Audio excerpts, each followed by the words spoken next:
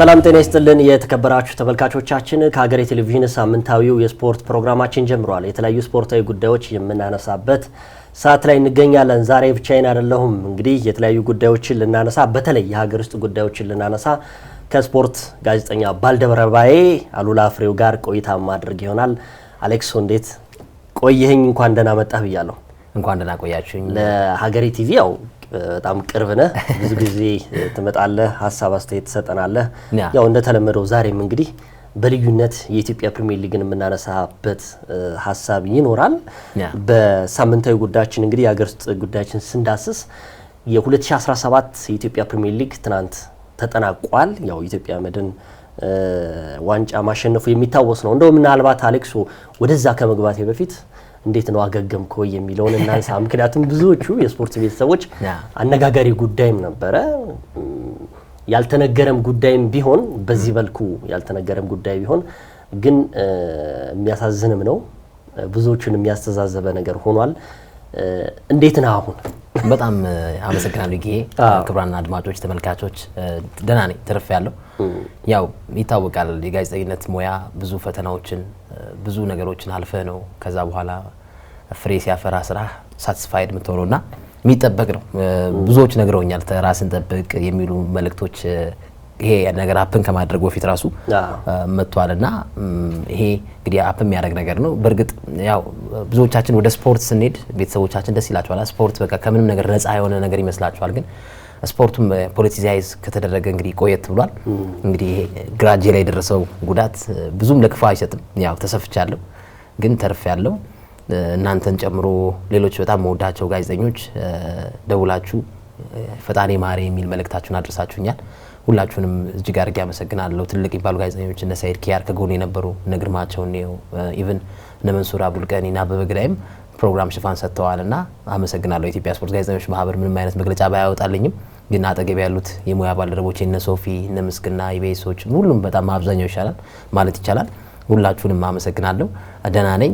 ግን ይሄ ጉዳት እኔ ላይ ቢደርስም ሌሎች ሰዎች አሁን ታዳጊዎች ምናምን ስፖርት ጋዜጠኛ የመሆን ህልማቸው እንዲቀጭ አልፈልግም። እንደዚህ የሀገር ውስጥ እየዘገበ እንደዚህ አይነት ነገር ሀፕን ያደርጋል ብለው ወደ ኋላ እንዲሸሹ አልመክርም።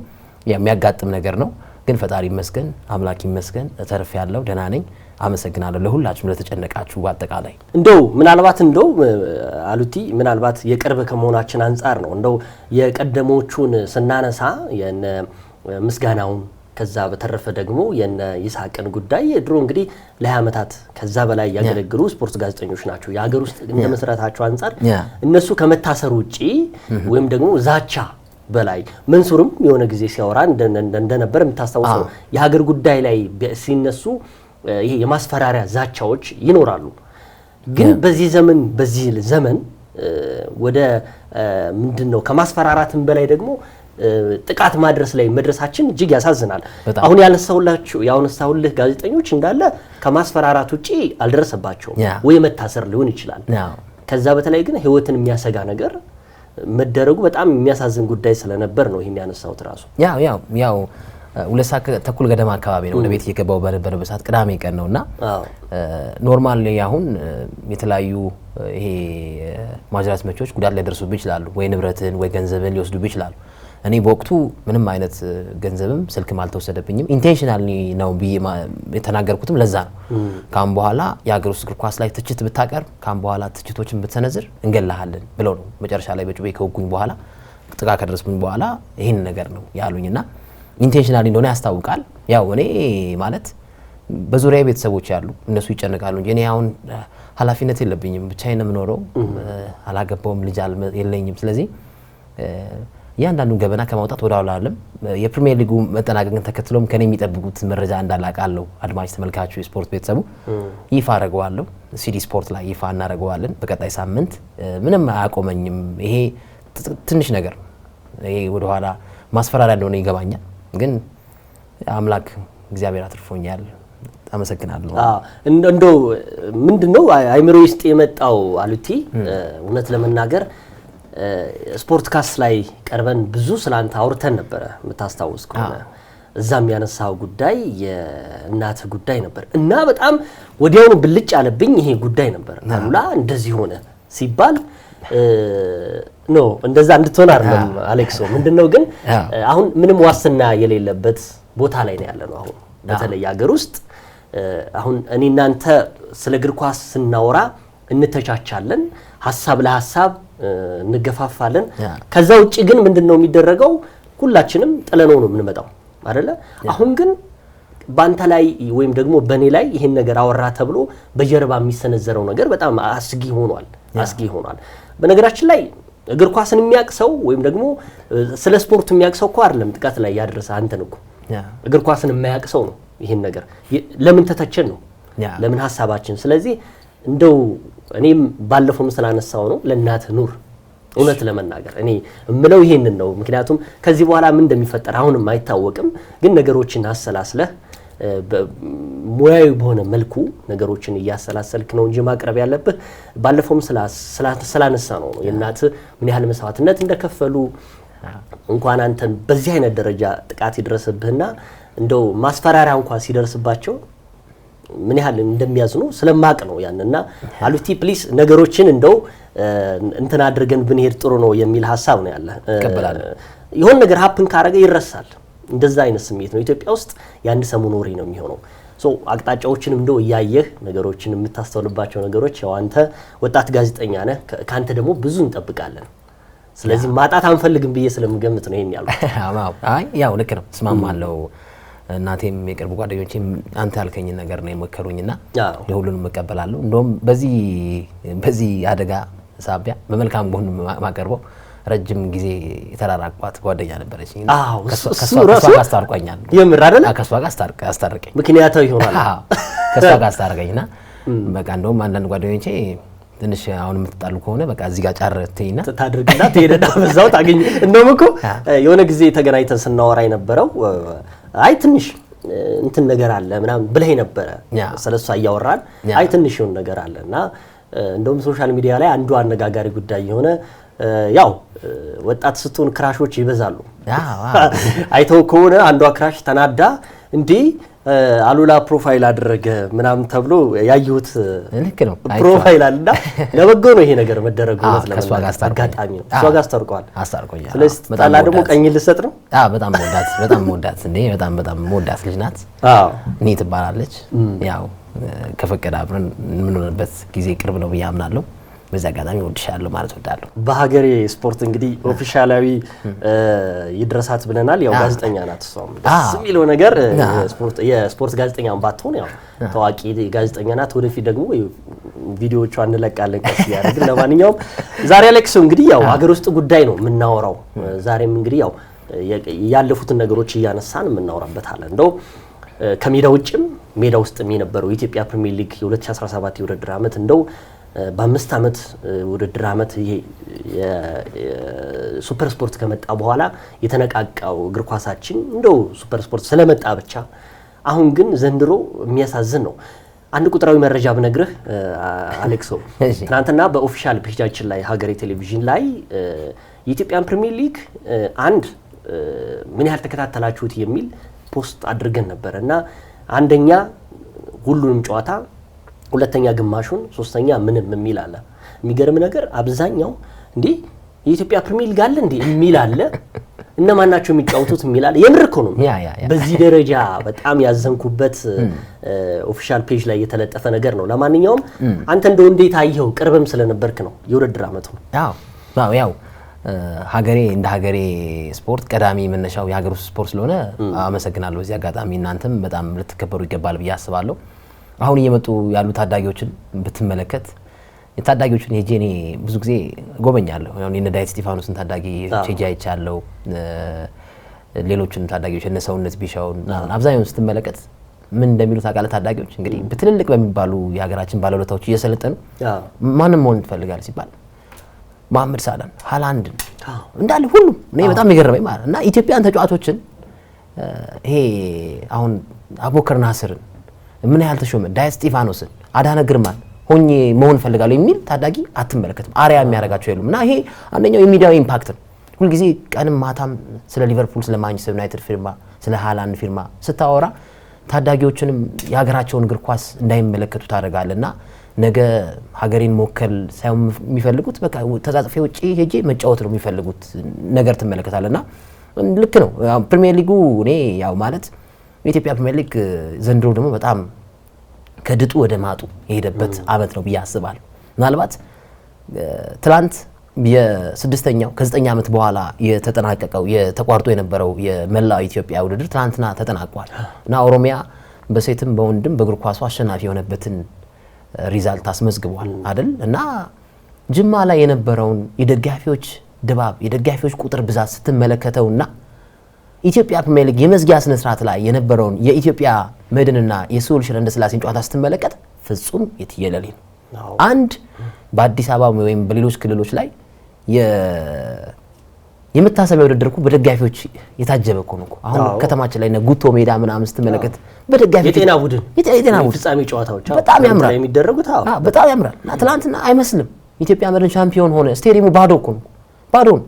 እና ያው እንግዲህ የመላ ኢትዮጵያ ውድድር በጣም በደጋፊዎች ተጠቅልቆ ግን የሀገራችን ትልቁ እግር ኳስ ውድድር ግን ደጋፊ አልባ ሲሆን ስትመለከተው ትቆጫለና ያው የሚዲያው አለርት አለማድረግ ነው። ጥቂት ሚዲያዎች ናቸው በሀገር ውስጥ ስፖርት ላይ የሚሰሩት። ከዛ አኳያ የመነጨ ይመስለኛል ብዬ አስባለሁ። ያው ሌሎች ደግሞ ከጀርባ ከመጋረጃ ጀርባ የሚደረጉ ነገሮች ደግሞ ሰውን ደግሞ ተሰላችተው ደግሞ ወደ ውጭ ሀገር ስፖርት እንዲሄድ ያስገድዱታል ብዬ አስባለሁ። ለምሳሌ እኔ ደጋግሜ ነግሬያቸዋለሁ፣ ለኢትዮጵያ ፕሪሚየር ሊግ አክሲዮን ማህበሮች ደጋግሜ ነግሬያቸዋለሁ። ሬር ነው ይሄ ነገር። ይሄን አሁን ቀጥዬ የምነግርህ ነገር የሚሆንበት እድል ሬር ነው። ግን ኢትዮጵያ መድንና ኢትዮጵያ ቡና ዘንድሮ በኩል ነጥብ ቢጨርሱ የመጀመሪያው መስፈርት መለያ በነጥብ ነው አይደል? በነጥብ እኩል ቢሆኑ፣ በጎል እኩል ቢሆኑ፣ እርስ በርስ ባላቸው ግንኙነት እኩል ቢሆኑ፣ ደግሞ እኩል ናቸው ሁለቱም አንድ ለባዶ ይችላል። ብዙ ባገባ በሚለው እኩል ከሆኑ አምስተኛው መስፈርት የ2017 ዓመተ ምህረት የኢትዮጵያ ፕሪሚየር ሊግ አሸናፊ በጣም ነው የምትለየው። ይሄ ህጉ ላይ አለ። የኢትዮጵያ ፕሪሚየር ሊግ አክሲዮን ማህበር ህግ ላይ አለ። 5 መለያ አለው። በጣም ያሳፍራል። ከነዚህ ከአራቱ መለያዎች ሁለቱ ክለቦች እኩል ከሆኑ አሸናፊው በዋንጫ በጣ ይለያል የሚለው የፕሪሚየር ሊግ አክሲዮን ማህበር ነው ያመጣው አይደል? ይሄ ያሳዝናል። እንደዚህ አይነት ነገር ሀፕን ቢያደርግ አሁን ዌል ኤዱኬትድ የሆኑ ሰዎች አሉ በውስጡ፣ ግን ወጣት ሰዎች ጆይን ማድረግ አለባቸው ብዬ አስባለሁ። የኢትዮጵያ ፕሪሚየር ሊግ አክሲዮን ማህበር ክለቦች ራሳቸውን በራሳቸው ማስተዳደራቸው የሚደነቅ ነገር፣ ገንዘብ መመንጨቱ በጣም የሚደነቅ ነገር ነው። ግን አሁን ቡናና ኢትዮጵያ መድን እኩል ቢሆኑ አያፍሩም? ጣሊያ ሱጡ ማለት ነው። በቃ ሰው አንበስ ብለህ ነው እንሰጠው ማለት ነው። ይሄ ያሳፍራል። እኔ ደጋግሜ ነግሬያቸዋል፣ ግን በቃ አይሆንም ብለው ስለሚያስቡ አሁን ናፖሊና ኢንተር ሚላን በዘንድሮ ዓመት እኩል ነበሩ እስከ መጨረሻው ሰዓት ድረስ አይደል? መጨረሻ ላይ ምን እንደሚደረገው ፋይናሊ በነጥብ እኩል ከሆኑ ፕሌይኦፍ ገለልተኛ ሜዳ ላይ ታጫውታል። አሁንም ኢትዮጵያ ፕሪሚየር ሊግ አክሲዮን ማህበር ይሄንን ህግ አሻሽሉ ደጋግማችሁ ነገር በቃ ነግሬያቸዋለሁ፣ ግን ያው አይሆንም ብለው ስለሚያስቡ እኩል ሰዓት መደረግ የነበረባቸው ጨዋታዎች እኩል ሰዓት አልተደረጉም። አሁን የፋሲል ከነማና የሲዳማ ቡና የአዳማ ከተማና ሌላ የሐዋሳ ከተማ ጨዋታ እኩል መደረግ ነበረበት። ድሬዳዋ ከስሁል ሽረ መደረግ የነበረበት ጨዋታ እኩል ሰዓት መደረግ ነበረበት። ግን አለርት አይሆንም። አላቅም እኔ ለምን ቦታው ላይ ቀርበው እኩል ሰዓት መደረግ የነበረበት ጨዋታ አልሆነም። እና አንዳንድ ያመሃል። እኔም እኮ የሆነ ሰዓት ላይ ይሰለቸኛል እኮ ማለት ብለው ውሃ ላይ ድንጋይ ላይ ውሃ ስታፈስ ምንም ሪስፖንድ ከሌለው ትቶዋል አይደል? እና እኔ ትልቅ የሚባሉ ጋዜጠኞች አሁን ወደ ከሀገር ውስጥ ወደ ውጪ ዘገባ ሄዱበትን ምክንያት አውቃለሁ። እና እኔም እዛ ስቴጅ ላይ እስከደርስ ድረስ ለፋለሁ፣ ደክማለሁ። ማሻሻል ከሆነ ግን የማይከሰኝንና ጩቤ የማያስልክብኝን ሮብን አሞሪምን አልተችም እንዴ? ተቻለሁ። ያነሳው ሐሳብ ልክ ነው። እንደው እኔም በጣም የሚቆጨው ነገር ነው። ምናልባት አሉቲ አንዳንድ ጊዜ ምንድነው መሰለ እንደው የኢትዮጵያ ፕሪሚየር ሊግ አክሲዮን ማህበሩ ባለፉት 5 ዓመታት እንደው ምን አሳካ? ለምሳሌ አሁን የቀጥታ ስርጭትን ለእግር ኳሳችን ምንድነው የጠቀመው? ለምሳሌ ከባለፉት 5 ዓመታት በፊት የነበረው የኢትዮጵያ ብሔራዊ ቡድን ግንባታ እና ካለፉት ወደዚህ ያለው የኢትዮጵያ ብሔራዊ ቡድን ያው መሰረቱ ፕሪሚየር ሊግ ነው። የአንድ ክለብ የአንድ ብሔራዊ ቡድን ግንባታ የምትለው እሱ ነው። እና የኢትዮጵያ ፕሪሚየር ሊግ አክሲዮን ማህበሩ ምንድነው ያሳካው? ቅድም ስታነሳለኝ ነበረ። ቢያንስ እንደው ይሄ ነገር ሀፕን እንኳን ቢያደርግ ለነገሩ እዚህ ሀገር ደግሞ ያ ነገር ሀፕን እንዳያደርግ ይፈልጋል። ምክንያቱም ይታወቃል የካልኩሌሽኑ በጣም ስለሚበዛ። አሁን እንዳልከው ኢትዮጵያ ቡናና ኢትዮጵያ መድን በኩል ነጥብ በኩል የግብ ክፍያ የሚሆንበት አጋጣሚ አይኖርም። ምክንያቱም እንዲደረግም አይፈለግም ያ ነገር። ግን እንደው ከ5 ዓመት በፊትና ከ5 ዓመት በኋላ ያለው እግር ኳሳችን ምን ይመስላል? እንደው እየወደቀ ነው የመጣው። ተጫዋቾችን መሰላቸት እንደውም አንዳንድ ጊዜ የቅርብ ተጫዋቾችን ዲኤስቲቪ በሚኖርበት ሰዓትና በማይኖርበት ሰዓት የተጫዋቾቹ ልዩነት ይሄ ምንድነው የአካላዊ ብቃት እንኳን ይለያል። ለምሳሌ በቀጥታ ስርጭት ሲኖር ጸጉር ቤት በጣም ወረፋ ነው አሉ። በየክልሉ ወረፋ ነው አሉ በቃ። ከዛ ደግሞ በማይተላለፍበት ጊዜ ምንም እንደውም አንዳንድ ጊዜ አዲስ አበባ ብዙ ጊዜ የሚያሳልፉ ተጫዋቾች እንደነበሩ አስታውሳለሁ። እዛ ደረጃ እንኳን ደርሰናል። እዛ ደረጃ እና እንደው ይሄ ያስተዛዘባል ብዬ ስለምገምት ነው። ምንም ጥያቄ የለውም። ዲኤስቲቪ መጥቶ ተጫዋቾቻችን ሊጠቀሙ ይገባል ብዬ አስባለሁ። የሞከሩ አሉ እና አቤል ያለው ሞክረዋል። ግን ያሰቡት ነገር ዳር ደርሷል ብትለኝ አልደረሰም ብዬ ነው የምነግርህ። አቡበከር ናስር ሞክሯል። ትናንት ተገናኝተን ነበር ከአቡበከር ናስር ጋር አንድ ፕሮግራም ላይ ተገናኝተን ነበርና እጁ ላይ ትንሽ ጉዳት አለበት፣ ግን ያው ሰኞ አካባቢ ሄዳለሁ የሚል ነገር ነው የነገረኝ ወደ ክለቡ እና የመጣልንን በጎ ተግባር እኛ በደንብ አልቀየርነውም ብዬ አስባለሁ። ኢትዮጵያን ተጫዋቾች የክህሎት ችግር የለባቸውም ሲባል እንሰማለን አይደል? ግን አሁን ፕሪሚየር ሊጉ ላይ ጥሩ ተጫዋቾችን ተመልክተናል። በዘንድሮ ዓመት ጥሩ አውትስታንዲንግ ፐርፎርማንስ ያሳዩ ተጫዋቾችን ተመልክቻለሁ። ሃይደር ሸርፋ የኔ የዓመቱ ምርጥ ነው እንደ ሁሉም አሰልጣኞች ይስማማበታሉና ማለት 5 ዓመት ብዙ ነው።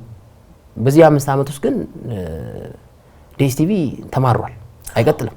አሁን በቀጣይ ዓመት የኢትዮጵያ እግር ኳስ በሀገር ውስጥ ባለ መገናኛ ብዙሃን እንደሚተላለፍ ያለኝ መረጃ የሚያመለክተው እና ዲኤስቲቪ ብዙ ገንዘብን አሟጧል፣ ብዙ ገንዘብን ለግሷል እና ግን ክለቦቻችን በደንብ ያን ነገር ተግብረውታል ብትለኝ አልተገበሩትም። አሁንም ያውነን ክለቦች በአህጉራዊ ውድድሮች ወደ አፍሪካ ቻምፒየንስ ሊግ እና ወደ አፍሪካ ኮንፌዴሬሽን ሲያመሩ ከመጀመሪያው ዙር የቅድመ ማጣሪያ ያልፉ።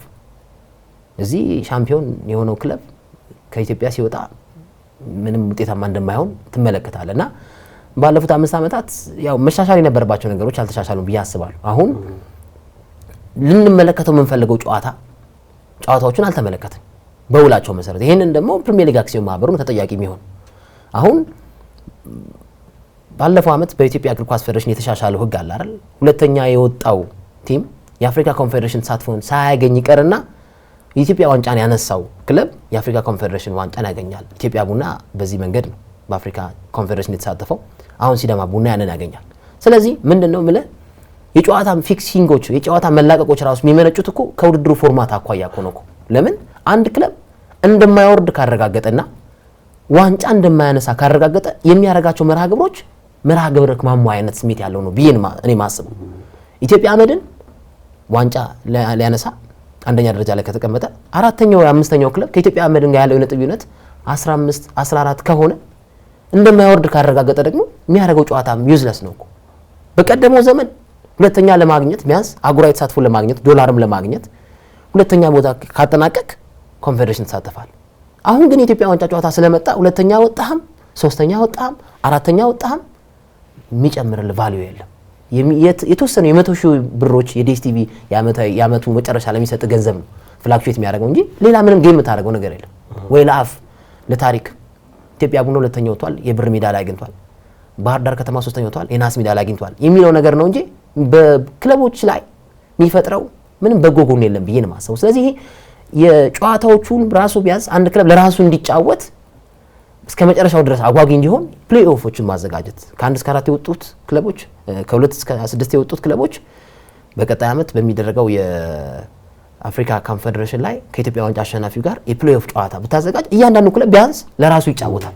አሁን ለሁለት ዓላማ ነው ክለቦች የሚጫወቱት፣ ለአለመውረድ፣ ዋንጫ ለማንሳት። ሀዲያ ሆሳዕና ዋንጫ እንደማያነሳ ካረጋገጠና እንደማያወርድ ካረጋገጠ የሚያደርገው ጨዋታ ታዲያ ይሄን ያህል በቃ ከክብር አኳያ ልትጫወት ይችላል እንጂ ይሄን ያህል አቺቭ አደርገዋለሁ ብለህ የምትጫወትበት መድረክ ቀርቷል። እንደውም ቁማርም እየሆነ የመጣው ኩስ ነው አይደል? ማትወርድ ከሆነ ዋንጫ ማታገኝ ከሆነ ላይ ሊወርዱ በጣም የተዘጋጁ ክለቦች ጋር የምትደራደርበት አይነት ሂሳባዊ ስሌት መጥቷል። ግን እንደው ይሄ እንደው አንዳንድ ጊዜ ምንድነው ከታላላቆቹ የአውሮፓ ሊጎች መማር ያለብን ነገሮች አሉ። የኢትዮጵያ ፕሪሚየር ሊግ አክሲዮን ማህበር ለምሳሌ ከእንግሊዝ ፕሪሚየር ሊግ ፊክስቸር ሲያወጣ ቢማር ቅድም እንዳልከው ያው አንዳንዶቹ የእድሜ ማምሻ ላይ መኖራቸው እግር ኳሱ ላይ አስቸጋሪ ሆኗል። ስለ እግር ኳስ ጠለቅ ብለህ አለማወቅ ወይም ደግሞ ከጊዜው ጋር አለመሄድህ እንደዚህ አይነት ነገሮች ዋጋ ያስከፍሉሃል። ለምሳሌ የኢትዮጵያ ፕሪሚየር ሊግ የውድድር ዓመቱን ፊክስቸር ሲያወጣ በመርህ ደረጃ ሊያወጣው ይችላል ኖርማሊ። ግን አሁን ለምሳሌ የእንግሊዝ ፕሪሚየር ሊግ ቢያይ ምንድነው የሚጎዳው? ገንዘብ ማውጣት ይችላሉ። ምንም ችግር የለበትም እኮ ያለ ማውቅ እኮ ማንበብ ነው። ምንም ጥያቄ የለውም። ፕሪሚየር ሊግ ፊክስቸሩን እንደዚህ ነው ወይ ማውጣት ነው። ለምሳሌ የእንግሊዝ ፕሪሚየር ሊግ ባለፈው ነሐሴ 9 የሚጀምረውን የፕሪሚየር ሊጉን የውድድር ዓመት አውጥቶታል። ማን ከማን እንደሚገናኙ ሰዓታቸውን በቅርብ ነው ይለያል። እንደውም ወጥቷል ሰዓታቸው እንጂ። ከዛስ ለምሳሌ በሳምንት ውስጥ ምን ያህል ጨዋታዎች ይደረጋሉ? 380 ጨዋታዎች ይደረጋሉ በፕሪሚየር ሊግ ውስጥ። ከነዛ ውስጥ እንግዲህ የነበሩ እንደዛ ጠቅላላ 385 ጨዋታዎች ቅዳሜና እሁድ የሚደረጉ ናቸው። በአምስት ሳምንታት ውስጥ ቅዳሜ፣ ሐሙስና ሮብ የሚደረጉ እነሱ ተለይተው ወጥተዋል። ከዛ ውጪ የሚጋጭ ነገር የለውም። ለምሳሌ የአውሮፓ ሻምፒዮንስ ሊግ ውድድር ያለባቸው ጨዋታዎች አሉ። ከዛ ደግሞ በሌላ መድረክ ላይ የብሔራዊ ቡድን ጨዋታዎች በሚኖሩበት ያን ሁሉ ነው ካልኩሌት አድርገው የአንድ ዓመት ስኬጁል ያወጡት። ኢትዮጵያ ውስጥ መጀመሪያ እንደዚህ ለስሙ ሊወጣ ይችላል። አሁን እንደው ይሄ ሁሉ መላቀቅ የመጣው የስኬጁሉ ራሱ መበታተን አይመስልህም ወይ? እነሱ እንደ ምክንያት እየፈጠሩ ያሉት ምንድነው? የጸጥታ ችግር ሊል ይችላል፣ የሜዳ ሁኔታ። እንደውም አንድ ያሳቀኝ ጉዳይ አለ። እንደውም ባለፈው የእግር ኳስ የሊግ አክሲዮን ማህበሩን የኮሚኒኬሽን ኃላፊ አንድ የሰጠኝ መረጃ ነበረ። እሁድ ነበር የጠበቅኩት እኔ በነገራችን ላይ ወይ ቅዳሜ ወይ እሁድ ፍጻሜውን ያገኛል። ከዛስ ለምንድነው ያልሆነው? ወደ ሐሙስ ሄዷል አለኝ። ለምንድነው ስለው አይ ቅዳሜና እሁድ የአዳማ ዩኒቨርሲቲ ስለሚያስመርቅ ለዛ ይፈልጋል ሜዳው። ይሄ የሚያስቅ ነገር ነው። የአመታዊ እንግዲህ ማለት አንድ ተማሪ የምታስመርቀው በአመት ውስጥ ስኬጁል ይዞ ነው። አዳማ ዩኒቨርሲቲም ኢትዮጵያ መድንም ወይም ደግሞ ሌሎች ክለቦችም አመቱ ሙሉ የተጫወቱ ናቸው። የመጨረሻ ስኬታቸው ነው የሚታይበት። ቢያንስ እንደው አንድ ሳምንት ኤክስቴንድ ቢያደርጉ እንዴ መመረቂያው አንድ ሳምንት ኤክስፔድ ቢደረግስ? በጣም ነው ያሳቀኝ መልሳችሁ። ይሄ ሁሉ በጣም የሚያስቅ ስለሆነብኝ ነው። በጣም ነው የገረመኝና እንደው የስኬጁሉስ መበታተን አይደል የዚህ ሁሉ ውጥንቅጥ ያነሳው? እኔ እንደውም ምናልባት ማለት ቅድም ያነሳው ለተባለ አይደል የኮንፌደሬሽን ካፕ እና የአፍሪካ ቻምፒየንስ ሊግ ላይ የሚሳተፉ ክለቦች ትንሽ ርቀት ቢሄዱ ምድብ ውስጥ ቢገቡ የኢትዮጵያ ፕሪሚየር ሊግ የፕሮግራም መዛባት እንደሚገጥመው በደንብ እርግጠኛ ነኝ። ኢትዮጵያ ንግድ ባንክ ወይ ኢትዮጵያ ቡና አሁን ይሄኛው አመት ላይ ወይ ኢትዮጵያ መድን ወይ ሲዳማ ቡና የምድብ ድርድር ውስጥ ቢገቡ ምን ሊሆን ነው? ይሄንንም እንኳን ኮንሲደር አድርገው አይደለም እኮ ፕሮግራም ያውቁት ወይ አይገቡም ብለው ያስበው በቃ እንደዚህ ነው የሚሉት። እንዴ በድፍረት እኮ አሁን በድፍረት የፕሪሚየር ሊግ አክሲዮን ማህበር እኮ ፕሬዝዳንቱ መቶ አለቃ ፍቃድ ማሞ ብሔራዊ ቡድን እኮ ከግብጽ ጋር ሊጫወት ሲል ያው እንደማናሸንፈው እኮ እናውቃለን ብለዋል እኮ። ስለዚህ ብሎ ይጣ እስኪጁሉ እንደዛ አይነት ስሜት ብለዋል እኮ። አሁን የሙያ ባልደረባችን ኤፍሬም ማነ ላይ የወጣበት መግለጫ ተመልክቻለሁ። ለምን ታዲያ ለነ መቶ አለቃ ፍቃድ ማሞ ሳይወጣ መግለጫ ለነ ባህሩ ጥላሁን ስለነ ሜሲን ታውቀዋለህ? ሜሲ ነው እንዴ ኡመዱክሪ ሲል ያኔስ ለምን መግለጫ ያወጣ የሚለው ሐሳብ አለኝ እኔ አሁን በግሌ ማለት ነው። ሁሉንም በአንድ ማየት ስላለብን እና አሁን የአንድ ክለብ በአፍሪካ ኮንፌደሬሽን እና በአፍሪካ ቻምፒየንስ ሊግ ላይ ቢገባ የምድብ ማጣሪያ ውስጥ ምናምን ቢገባ እንዴት እንደሚሆኑ ቀኔ አላውቅም። ይሄ በደንብ ማጤን አለበት ብዬ አስባለሁ። እና የአዲስ አበባ ክለቦች ተበድለዋል ብዬ አስባለሁ። ደጋፊዎቻቸውን ያገኙ አይደለም እየተጫወቱ ያሉት። አዳማ ለምሳሌ አሁን ቢወርድም በነገራችን ላይ ያው እኔ አሁን ቢወርድም ስል ያው ከረንትሊ ስለወረደ ነው እንጂ አራቱም ክለቦች በዘንድሮ ዓመት የወረዱ አራቱም ክለቦች በቀጣይ ዓመት ልንመለከታቸው እንችልበት እድል አለ። በቃ በአይኒ ሚንስ ልንመለከት እንችላለን። ይሄ መረጃው ስላለኝ አሁን ተቋቶች ሲያለቅሱ ተመልክተናል። ደጋፊዎች እኮ ልንገር ከ10 ዓመት በኋላ የወረደ ክለብ ሲወርድ አታለቅስም። ደጋፊዎች አሁን በደንብ መረጃው ያላቸው ደጋፊዎች አይ እንዴት እንደምንመጣ እናውቃለን አይነት ስሜት ያለውን ነገር ሲያንጸባርቁ ተመልክቻለሁ። አዳማ ተገኝቼ ጨዋታ ተመልክቻለሁ እና ምንም አይመስላቸው እና የሆነ ነገር እንዳለ ይገባሃል። በአይኒ ሚንስ ያው እኔ ይሄን መናገሬ አሁንም ይሄን ነገር ላይ መጣብኝ ይችላል። ግን ባለኝ መረጃ መሰረት አሁን አራቱ የወረዱ ክለቦች ልንመለከት የምንችልበት እድል አለ። አቶ ክፍልም ተናግሯል። በነገራችን ላይ ተናግሯል። አዎ ኦኬ። ከኢቢሲ ጋር በነበራቸው ቆይታ ራሱ እሺ እርግጠኛ አይደለንም አሁን በቁጥራዊ ነገር ወይም ደግሞ ባለው ስኬጁል መሰረት ወርዷል። እነዚህ አራት ቡድኖች የመመለስ እድል ሊኖራቸው ይችላል። ይሄ እኮ ዓለም ላይ የለም ህግ ያዘው ጉዳይ ነው። እንግዲህ ኦሎምፒክ ሊዮን ከሁለት ቀን በፊት እንግዲህ የምናስታውሰው ነው በፋይናንሻል ፌር ፕሌይ ምክንያት ወርዷል ተብሎ ወደ ታችኛው ይግባይ ግን የሚጠይቅበት አጋጣሚ ያለ ነው። እሱ የወረደው በሌላ ጉዳይ ነው፣ ምንም ጥያቄ ነው። ከኛም ጋር አይገናኙም ኖርማሊ። ግን እነዛ ግን እድል ሊኖረው ይችላል ከሚል ነው። ግን የአክሲዮን ማህበሩ ጸሐፊ ዋና ጸሐፊው ምንድነው ያሉት? ስራ አስኪያጁ ምንድነው ያሉት? እነዚህ ክለቦች የመመለስ እድል ሊኖራቸው ይችላል ነው። ከኢቢሲ ጋር የነበራቸው ቆይታ እየሰማሁኝ ይሄ ራሱ በጣም ወይ እንደ አርጀንቲና ሊግ ወይ እንደ ግብጽ ሊግ የወረደውም ቲም አሁን በአርጀንቲናና በግብጽ ሊግ ቲሞች ልክ ሲወርዱ አዲስ ከሚመጣው ጋር የፕሌይ ኦፍ ጨዋታ ያደርጋሉ። አሁን በጀርመን ፕሌይ ኦፍ ጨዋታ ታደርጋለህ ወርደህም ማለት ነው።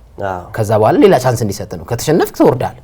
ግን ኢቭን ሪሊጌትድ አድርገህ ራሱ ከሚመጣው ከሊግ 2 ወይም ከጀርመን ቢ ወይም ደግሞ ከአርጀንቲና ቢ ሊግ ሲመጣ ቲሞች ዋንጫ ሻምፒዮን ሲሆኑ ከነሱ ጋር ፕሌይ ኦፍ ይጫወታሉ። ካሸነፏቸው አሸነፏቸው እነዛ ይመጣሉ። ካላሸነፉ ደግሞ የወረዱት ተመልሰው ይቆያሉና ወይ እንደዛ ያርጉት፣ ህጉ እንደዛ ያርጉትና እኔ ማለት የሁሉ ማኑ ላይ ሞዓለ ንዋይ እየወጣ የሁሉ ነገር እየፈሰሰ ሊግ በጣም ያሳዝናል። የኢትዮጵያ ፕሪሚየር ሊግ የሚባል ትልቅ ሊግ እኮ ነው፣ ትልቅ ሊግ እና አሁን እንግዲህ ወደ መሐላው ደግሞ ዘመን እንመለሳለን። ኦፍሳይድ ነው አይደለም፣ ወደ መሐላው አሁን በዲኤስቲቪ ስንመለከተው ያው በደንብ እንድትፈርድ ያደርጋል። ያው ዳኞች በአንድ ኢንሲደንት ውሳኔ ሊወስኑ ይችላሉ። ኮንሲደር አደርጋለሁ። አሁን ከኢንተርናሽናል ቴዎድሮስ ምትኩ ጋር በነበረን ቆይታም አክሴፕት ማድረጋቸው ነገሮች አሉ። አሁን በአንድ እይታ ነው ይሄንን ዲሲሽን መወሰን። አንተ ግን እኔ የተቸኸኝ 2-3 ጊዜ ፊልሙን አይተኸው ነው ብሎኛ ቃል ይሄን አክሴፕት አደርጋለሁና አሁን የመልሶ እይታም ዘመናችን የተጠናቀቀ ይመስላል። ምናልባት አዲስ ነገር ካልተፈጠረና ከሀገር ውስጥ መገናኛ ብዙሃን ጋር የሚደረገው ድርድር ሊጉን ለመሸጥ ጨረታ እንደወጣ ቃለው እንግዲህ ዲኤስቲቪ ባለፉት 5 ዓመታት ምን ወዳቸውን ባለሙያዎቻችንን በደንብ ልምድ ሰጥቶ በደንብ ኢንተርናሽናሊ እነሱም ስራ አግኝተው ለስፖርት ቤተሰቡ መረጃ ያደረሱበት ጊዜ እንደነበር አስታውሳለሁ። ባለሙያዎች በቅተዋል ብዬ አስባለሁ። ካሜራማኖች፣ ዳይሬክተሮች ከውጭ ሀገር በመጡ ከኬንያ ከደቡብ አፍሪካ በመጡ ከነሱ በላቀ ችሎታ ላይ በሚገኙ ሰዎች ሰልጥነዋል። ይሄ ትልቅ ግብዓት ነው ብዬ አስባለሁ። አሁን አንድ ዲኤስቲቪ የሰራ ዳይሬክተር ሀገሬ ቲቪ ቢገባ፣ አንድ ዲኤስቲቪ የሰራ ካሜራማን ሀገሬ ቲቪ ቢገባ ለሀገሬ ቲቪ ትልቅ ከፍታ ነው። ምክንያቱም ልምዱን ሼር የሚያደርግ ላይቭ ስትሪም ጨዋታዎችን ሲያሳይ ነበርና ይሄ በዚህ በጥሩ ጎን የሚነሳ ነገር ነው ብዬ አምናለሁ። ያው አሪፍ ጊዜ እንዳሳለፈ እኔም አሁን ሼር የማድርገው አሉቲ ምንድነው ከሜዳ ውጭ ያሉት ጉዳዮች እነዚህ 5 ዓመታት የሱፐር ስፖርት መምጣት ብዙ ነገር ይዟል። ውጤታማ ወይም ደግሞ ትርፍ ያለው ጋዜጠኛ አግኝተናል። በቃ ቅድም እንደገለጽከው ታላላቅ ጋዜጠኞች ነበሩ፣ ታላላቅ ሆነዋል። በቃ ካሜራማኖች አትርፈናል። እንደዚህ አይነት ነገሮችን በእርግጠኝነት አትርፈናል። ነገር ግን ኳሱን ያተረፈን አይመስለኝም። ምንም ጥያቄ የለውም። እንደው በጣት በ5 ዓመት ውስጥ እኮ 5 ተጫዋች ብቻ የምጠራ ከሆነ ኪሳራ ነው። ሁለተኛ ዲኤስቲቪ አንዱ የተሸወደበት የሚባለው ነገር ከ5 እና ከ6 ዓመታት በፊት የነበረው ድባብ በፕሪሚየር ሊጉ ላይ የነበረው በክልሎች የነበረው ድባብ አዲስ አበባ ላይ የሚደረገው ድባብ ያንን ይመልሳል ብለው አስበው ይመስለኛል የመጡት። እዚህ በተመልካች የተደገፈ ቡድን ይኖራል፣ በተመልካች ያለ ጨዋታ ይኖራል ብለው አስበው ነበር የአዲስ አበባን ሞሜንት። ነገር ግን ባዶ ስቴዲየም ውስጥ እንግዲህ አንዳንድ ጊዜ እኮ ወፍ ብቻ ናቸው ሲበሩ የሚታዩት እኮ አይደል ስቴዲየም ውስጥ። አሁን የትናንትናው እኮ በጣም ነው የሚያሳዝነው እኮ። ትናንት ይሆና በቃ እኔ ድሮ ካቴድራል ስማር ራሱ አርባር ጌም አለ ሶሻል እና ናቹራል ምናምን ስንጫወት ራሱ ያለው የደጋፊዎች ብዛት ኢቭን ቶ ሌላ ሜዳን ቶ ትምህርት ቤት ላይ ያለው ራሱ ድባቡ ራሱ እኮ በጣም የሚገርም ድባብ እኮ ነው እና ትናንት በቃ አይመስልም ኢትዮጵያ ፕሪሚየር ሊግ አይመስልም። ዜሮ ነው ዜሮ እና ቅድም ሼር አደርጋለሁ እንዴ አመቱ ሙሉ የተደረገ ውድድር ላይ እንዴት ነው አዳማ ዩኒቨርሲቲ ያስመርቃል ብለ በስራ ቀን ሐሙስ 10 ሰዓት የመዝጊያ ፕሮግራም የምታደርገው? ይሄ ያሳዝናል። ይሄ የመደራደሪያ አቅማ ሊጉን መናቅ እኮ ነው፣ ተመልካቹን አለማክበር እኮ ነው። ኢትዮጵያ መድን የአዲስ አበባ ክለብ የኢትዮጵያ መድን ሰራተኞች አሁን ትናንት የዝቀል አይደለም። የኢትዮጵያ መድን ሰራተኞች እኮ ዋንጫ ሲያነሳ ቲሙ ቦታው ላይ ተገኝተው ሰለብሬት ሊያደርጉ ይፈልጋሉ። ይሄንን እሁድ ነው ማድረግ ያለብህ እንዴ አለምን አንድ ሳምንት ወይ ደግሞ ይሄ እንደዚህ አይነት ነገር ሀፕን የሚያደርግ ነው። አሁን እኮ ምን ያህል የመረጃ ጦት እንዳላቸው የምታውቀው ፕሪሚየር ሊግ አክሲዮን ማህበር እኮ አዳማ ዩኒቨርሲቲ መቼም የሚያስመርቅበትን ቀን ይፋ ያደርጋል። ተማሪዎች መቼ እንደሚመርቁ ያውቃል። ከወራት በፊት ነው የሚታወቀው። እኛ ዩኒቨርሲቲ ውስጥ አልፈን ስለመጣ እናውቀዋል። ወይ ሊጉን ሌላ ቦታ መውሰድ ነው፣ ድሬዳዋ መውሰድ በቃ፣ ወይ ደግሞ ሐዋሳ ላይ መጨረስ። ይሄ በጣም ትንሽ ኮሚኒኬሽን የሚፈልግ ነገር ነውና የኢትዮጵያ መድን ደጋፊዎች ተበድሏል ብዬ አስባለሁ። በጣት የሚቆጠሩ ደጋፊዎችም ቢሆኑም ግን ቦታው ላይ ሄደው አሁን ኢትዮጵያ ቡና ቢሆንስ ለምሳሌ ኢትዮጵያ ቡና ሻምፒዮን ቢሆን የኢትዮጵያ ቡና ሰራተኞች የመንግስት ሰራተኞች ስራ ያላቸው ሰራተኞች ግን በክለቡ ፍቅር የወደቁ ሐሙስ ቀን ከስራ ቀርተው ጨዋታ ላይ ሆኑ ማለት ነው። ይሄ ልክ አይደለም። በእንግሊዝ አሁን የፊፋ የዓለም የክለቦች ውድድር እኮ በደጋፊዎች እኮ የተመታው እኮ ጠዋት ላይ የሚደረጉ ጨዋታዎች ስላሉ እኛ ራሳ ስንመለከተው ጠዋት ላይ የሚደረጉ ጨዋታዎች አሉ። የእንግሊዝ ፕሪሚየር ሊግ ጨዋታዎች እኮ በአመት ውስጥ አንድ ቀን እኮ ነው በስራ ቀን በስራ ሰዓት የሚደረገው። አሁን ሮብና ማክሰኞ የሚደረጉ ጨዋታዎች አሉ ከስራ በኋላ ከ11 ሰዓት በኋላ ነው ምሽት ላይ ናቸው የሚደረጉት። እና አንድ ቦክሲንግ ዴይ ላይ ቀን እኮ ነው በስራ ቀን 9 ሰዓት ላይ ጨዋታ የሚደረገው 11 ሰዓት ላይ የሚደረጉ ጨዋታዎች ያ ቀን ብቻ ናት ከስራ ሰዓት ውጪ የሚደረገው። እና ይሄ አለማክበር ነው የስፖርቱን ቤተሰብ ብዬ አምናለሁ እና አዝናለሁ። አዎ እንደው የ2017 የውድድር ዓመት እንግዲህ ብዙ አሳይቶናል። ለምሳሌ የሚጠበቁት ቡድኖች ላለመውረድ ሲጫወቱ ፋሲል ከነማን ስትመለከት ነበረ።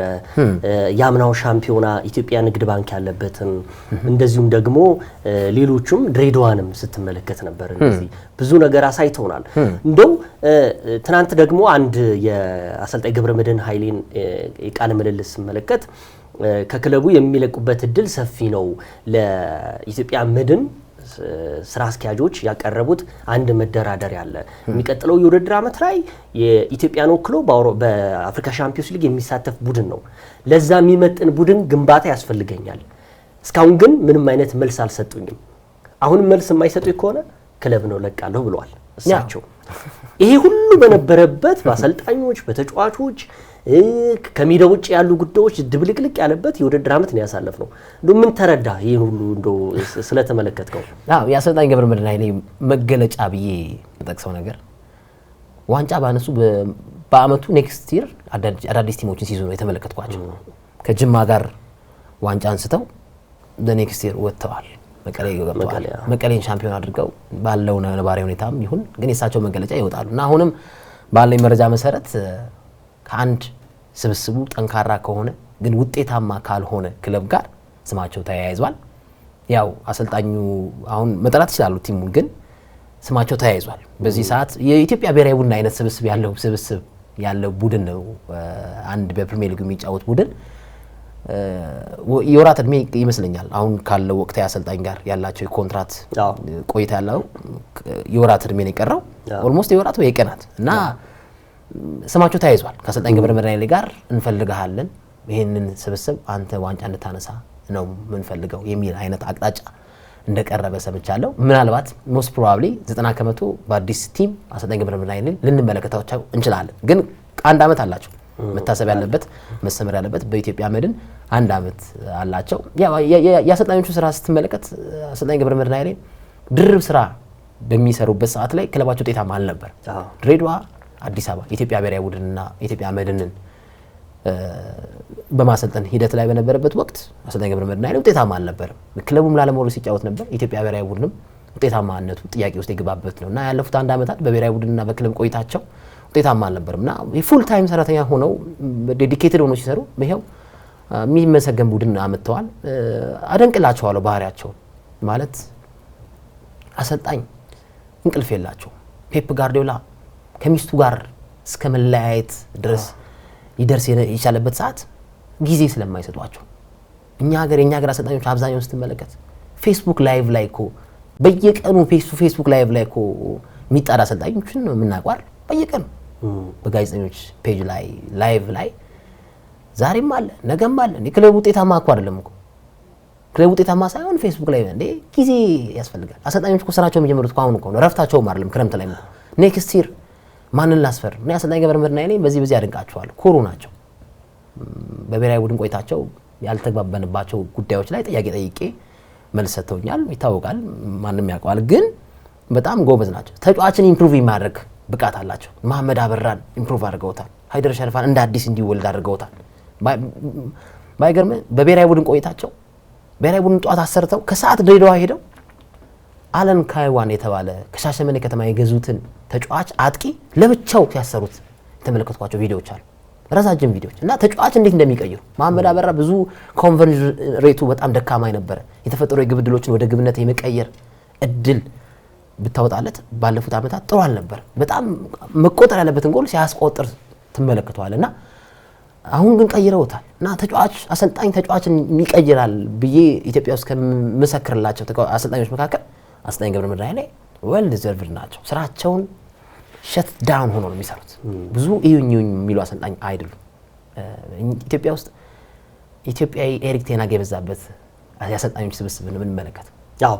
ያው እንደው አንዱን ደግሞ ጉዳይ የምናነሳው የዚህ በተላላቅ አሰልጣኞች የተያዙት ቡድኖች ላለመውረድ ሲታገሉ በተለይ አሁን አምና በጸሎት ኢትዮጵያ ንግድ ባንክን ምን ያህል ምርጥ ቡድን እንደነበረ ምናየው ነው። ዘንድሮ ደግሞ ያው ተፎካካሪ ይሆናል ብለን ስንጠብቅ ነበረ። የውበቱ አባተውም እንደዚሁ ደግሞ ፋሲል ከነማ ከዛ በተረፈ ደግሞ ያው መቻልም በአሰልጣኝ ገብረ ክርስቶስ ቢራራም እየተመራ ጥሩ ውጤት አልነበረውም። ምክንያቱም ትልቅ ስብስብ ነው፣ የሚገርም ተጫዋቾች የያዘ ነው፣ ኤክስፒሪየንስ ሊሆኑ ተጫዋቾች ወጣቶች የሚወጡበት።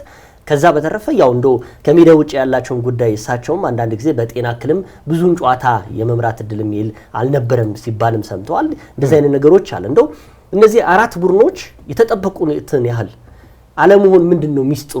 ጭራሽ ላለመውረድ እየታገሉ ነበረ። የውበቱ አባተ ፋሲል ከነማ በጣም ተቸግሮ ነው ላለመውረድ ሲታገል የነበረው። እንደዚሁም ደግሞ የይታገሱ እንዳለም ያው ድሬዳዋንም ስንመለከተው ነበረ። ይታገሱ ምናልባት የ9 ጨዋታዎች ችግር ራሱ መምጣቱ ትልቅ ኢፌክት የፈጠረበትም ይመስለኛል። ያ ራሱ ግን የተጠበቁት እንደዛ ሆኖ መገኘቱ ራሱ ምንድነው ችግሩ የሚያስብል በጣም በብዙዎች ያልተፈታ ነገር ሆኗል። ላለመውረድ እየተጫወቱ ያሉ ቡድኖች አምና ግን ትልቅ ስብስብ የያዙ ቡድኖች ናቸው። ያው ጥያቄ የለውም። ፋሲል ከነማ ባይዘዌ ክቡራን አድማጭ ተመልካቾች መቀሌ ወርዷል አይደል? ያ ወርዷል እንበለው አሁን አጠራር በሂሳባዊ ስሌቱ በሂሳባዊ ስሌቱ አዲስ ነገር ስለሚኖር 20 ቲም ሆኖ ለመምጣት ብቅ ለማለት ሙከራ ያደረገ ስላለ ሊጉ ወርዷል እንበለው እና መቀሌ ወርዷል፣ አዳማ ከተማ ወርዷል።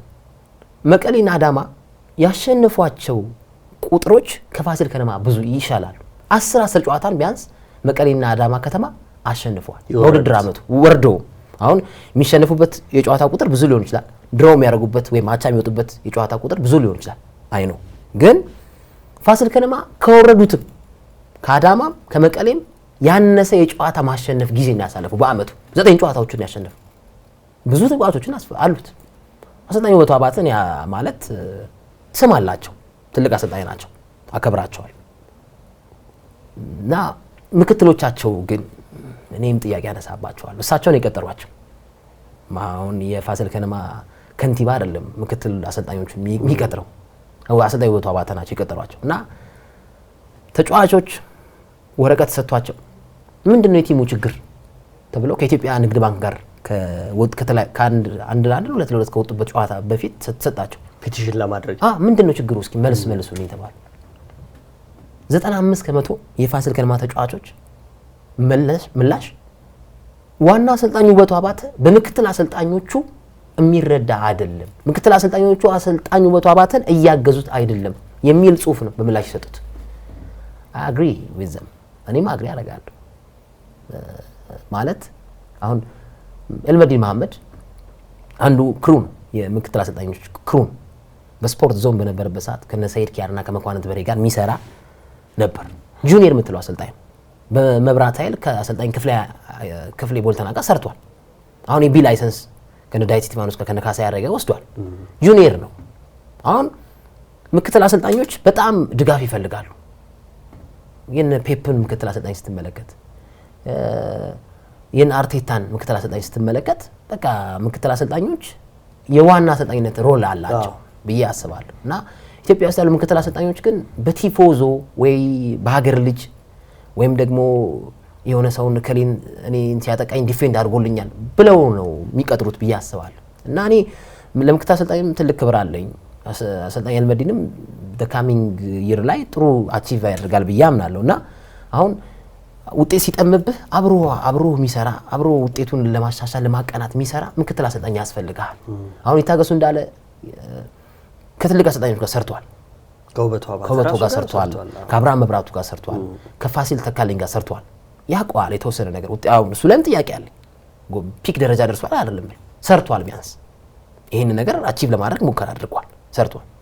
ግን ፋሲል ላይ ስትመለከት አሁን የፋሲል ያለፈው አመት ራሱ ኮቺንግ ስታፍ እኮ ከኢትዮጵያ ብሔራዊ ቡድን እኮ በላይ ነበር እኮ።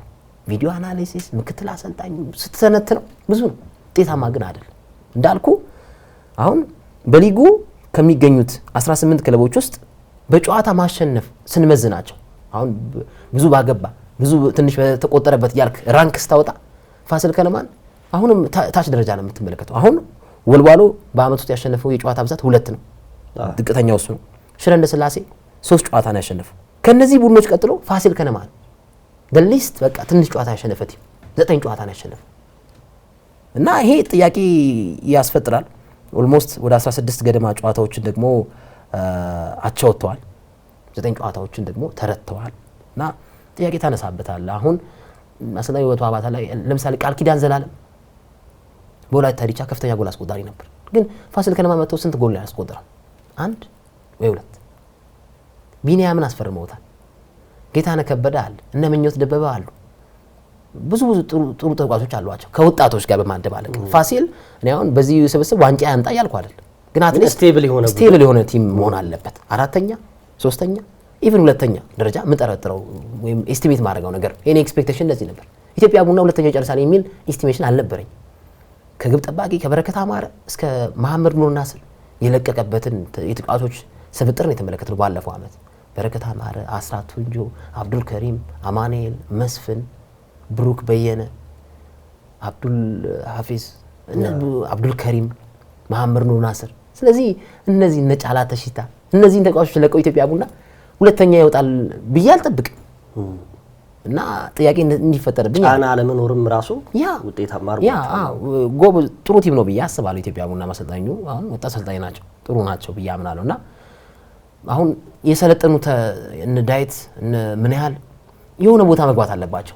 ምንድነው የቀድሞ ተጫዋቾች አሁን ስላሉ ተጫዋቾች አድቫይዝ ማድረጋቸው። አሁን እኔ ዳዊት ጓደኛዬ ስለሆነ አይደለም፣ ድሬዳዋ ላይ በነበረበት ሰዓት ላይ ቲም መንፈሱ የማሸናፊነት ሞቲቬሽን ያለመሸነፍ ነገር የምትገነባው ሲኒየር በሆኑ ተጫዋቾች ነው። አሁን አዳነ ግርማ ቅዱስ ጊዮርጊስ ቤት ያለው ሚና፣ ታፈሰ ተስፋዬ ኢትዮጵያ ቡና ላይ እነዚህ ተጫዋቾች አሁን ያላቸው ሚና ጥሩ ነው። በክለቦቻቸው ያለፈውን ታሪክ አሁን ላይ የሚመጡት ተጫዋቾች ይናገራሉ፣ ያወራሉ። እና እንደዚህ አይነት ሚናዎችን እንጠብቃለሁ በአሰልጣኞቹ።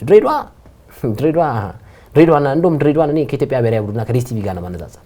ድሬዳዋ ባለፉት 5 ዓመታት አይደል ዲኤስቲቪ ያስተላልፈው ከ5 በላይ አሰልጣኞችን የቀያየረው። ፍጻቱ መልሳን፣ አስራት አባተ፣ ዮርዳኖስ አባይ፣ ኬርቴከር አሰልጣኝ፣ ከዛ አሁን ይታገሱ እንዳለ 5 አሰልጣኝ ማለት በ5 ዓመት ውስጥ የአሰልጣኝ ይታገሱ እንዳለ ኮንትራት ረዘም ያለ እንደሆነ አውቃለሁ። ግን ድሬዳዋ በስብስብ ደረጃ ብዙ ስብስቦች ያሉት ክለብ ነበር በዘንድሮ።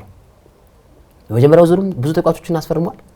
ከ10 ከ11 በላይ ተጫዋቾችን ያስፈረሙ ድሬዳዋ በመጀመሪያው ዙር። ሁለተኛው ዙር ላይም ከከፍተኛ ሊግ አድርጓል፣ ግን ውጤታማ አልሆነም። እና የመጀመሪያዎቹ ሳምንታት ላይ ጥሩ ነገሮች ነበሩት። ቲሙ መሐመድ ኑር ናስር ላይ የሆነ የተመረኮዘ ይመስላል። እሱ ሳይኖር ሲቀር እነ ቻርለስ ሞሶንጌ ጎል ማስቆጠራቸው ነገር ልክ አይደለም። አሁን ከሽረ እንዳስላሴ ጋር የነበረውም ድራማ ስትመለከተው ይፈልጋ ሀብታም ብትሆን 4-2 6 ጎል ይቆጠራል ብለ 4-2 ያልቃል ብለ በ300 ሺህ ብር ታሲዛለህ። መጣያ ብታጣ ብር አታሲዝም አይደል? ያው ይሄን ይፋ ከማድረግ ወደ ኋላ ይፋ አደርገዋለሁ። እና ድሬዳዋ በየአመቱ ላለመውረድ ይጫወታል። መገለጫው ነው ከቲሙ እኮ ያ ላለመውረድ የሚጫወተው ቡድን ኤቭሪ ይር በሁሉም አሰልጣኞች ዘንድ ባለፈው አመትም እናስታውሳለን ድራማ የነበረው እኮ የባለፈው አመትም እኮ ድሬዳዋ ከፋሲል አዲስ አበባ ከተማ ከቅዱስ ጊዮርጊስ የነበራቸውን ጨዋታ ስትመለከት ድራማ አለው። ድሬዳዋ ሲያስቆጥር የፋሲል ከነማ ደጋፊዎች ሲጨፍሩ ተመልክቻለሁ። ድራማ አለው።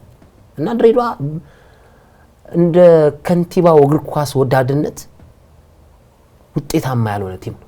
ብዙ ሳፖርት ይደረጋል። ክለቦች እኮ አሁን አዳማ እኮ ኤክስተርናል ፋክተር አላቸው እኮ ደሞዝ አይከፈላቸው፣ ሰርቪሳቸው ይያዛል። ቅዱስ ጊዮርጊስ ኤክስተርናል ፋክተር አለ። ግን ኤክስተርናል ፋክተር ከሌለባቸው ክለቦች መካከል ደሞዝ እየከፈለ ኢንሴንቲቭ እየከፈለ ብዙ ተጫዋቾችን እያመጣ በየአመቱ አሰልጣኝ እየቀያየረ በየአመቱ ላለመውረድ ማለት ድሬዳዋ ይሄ ድሬዳዋ ላይ እኔ ህዝቡ በጣም ኳስ ይወዳል። ከንቲባው በጣም እንደዚህ አይነት ከንቲባ ደስ ይላል። በቃ ሜዳ እስከ ማሰራት የሚደርስ ከንቲባ ፕላስ በቃ ቲሙን ሳፖርት የሚያደርግበት መንገድ ደስ ይላል። አሁን ሌሎች ከተማ አስተዳደሮች ወይም ሌሎች ክልሎች እንደ ድሬዳዋ አይነት ከንቲባ ቢኖርን ብለው ይመኛሉ። ምክንያቱም በቃ ስፖርት ወዳድ ናቸው፣ ራሳቸው ኳስ ይጫወታሉ እና ደስ ይላል። ኢትዮጵያ ንግድ ባንክ ትመጣለኝ። ኢትዮጵያ ንግድ ባንክም ያሰልጣኝ ጸሎትን ክሬዲት ባለፈው አመት አይተነዋል፣ ግን ዘንድሮ ወርዶብኛል። ማለት ፕላን ቢ ማዘጋጀት አለብህ። ፕላን ቢ ሊኖር ይገባል። እግር ኳስ ተጫዋች በየትኛው ሰዓት በቀይ ካርድ እንደሚወጣና በየትኛው ሰዓት ጉዳት እንደሚያስተናግድ አታውቅም። ቲሙ ፏድ ፈረጃ ላይና ባሲሩ ኡመር ላይ ተመረኮዘ ጥገኛ የሆነ ቲም የነሱ ጉዳት ተፈጠረ ሀፕን አደረገ ማንም ያንን ቲም ሰርቫይቭ ለማድረግ አልሞከረም። ያንን ነገር ቀድመው ማሰብ አለባቸው አሰልጣኞች። ሮድሪ ሲጎዳ ጋርዲዮላ የሆነ ነገሮችን ለማሻሻል ሙከራ አድርጓል። ቻምፒየንስ ሊግ ኳሊፋይ ያደረገ ሮድሪ መጣለት ምን ሀፕን እንደሚያደርግ አታውቅም። ታክቲኮችን ተጫዋቾች ምርጫህን በደንብ ያጎለበትክ በደንብ ይሄ ነገር ኢፍ እያልክ ነው መሄድ ያለብህ እና የኢትዮጵያ ንግድ ባንክ የአማካኝ ክፍሉ በተለይ ፏድ ፈረጃና ባሲሩን ካጣ በኋላ በጣም ከባድ ዓመት አሳልፏል ብዬ አስባለሁ። ባሲሩ እንደውም ከራሱ የሰጠውን አስተያየት ተመልክቻለሁ ከጋዜጠኛ ሰይድ ኬር ጋር የፖስት ማች ኢንተርቪው ላይ ከባድ ዓመት ነው ብሏል። አሰልጣኝ በጸሎትም ከኤፍኤም አዲስ 97.1 ጋር የሰጡትን መግለጫ አይቻለሁ። ከኮቪድ ጋር አገናኝተው እንደውም ኤግዛምፕላቸው ራሱ ኮቪድ ነገር በጣም ከባድ ዓመት እንዳሳለፉ ተናግረዋልና ያው እንግዲህ ያልተጠበቁ ክለቦች ናቸው። አሁን ላይ አሁን የኢትዮጵያ መድን ስብስብና የመቻል ስብስብ እኩል አይደል? መቻል አሁን በአሰልጣኙ በደንብ ሊጠቀም ይገባ ነበር። ግን አሰልጣኙም ጥያቄ አለብኝ በደንብ ብዙ ኮስችን ማርክ መጠይቃቸው ቁጥሮች እውነታን አይገልጹም ብለዋል።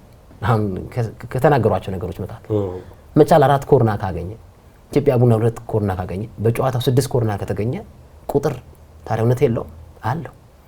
መቻል 55% የኳስ ቁጥጥር ከነበረ ኢትዮጵያ ቡና 45 የኳስ ቁጥጥር ከነበረ ቁጥር እውነታን ካልገልጽ ታዲያ ምንድነው የሚገልጽ?